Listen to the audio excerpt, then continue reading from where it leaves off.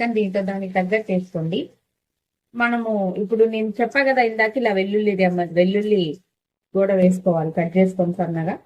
వెల్లుల్లి కూడా వేసుకున్నాను. ఇట్లా 4 ఎండుమిరపకాయలు కూడా వేసుకోండి. వేసుకొని మంచిగా వేగనివ్వండి. మొత్తం కూడా ఇలా మంచిగా వేగనివ్వండి. ఇందులో 4 శనక్కాయ గుళ్ళు వేయించానండి. నేను ఆల్రెడీ ఇది వేయించుకున్నవి. ఒకవేళ మీరు పచ్చి వేస్తే గనక ముందుగా వేయించుకొని వేసుకోండి.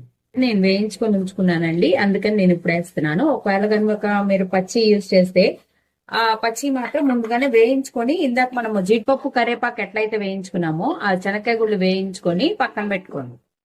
మరీ ఎక్కువ డీప్ ఫ్రై అవసరం లేదండి, జస్ట్ కొంచెం చాలు దానికి. ఇప్పుడు ఇది వేగనివ్వండి మొత్తం కూడా మంచిగా. ఇప్పుడు నేను దీంతో పాటు కొంచెం పుదీనా లీవ్స్ వేస్తున్నానండి. ఇట్లా లీవ్స్ వేసుకొని దాంతో పాటు వేగనివ్వండి కాస్త.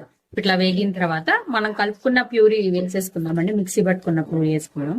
దీంట్లో మనం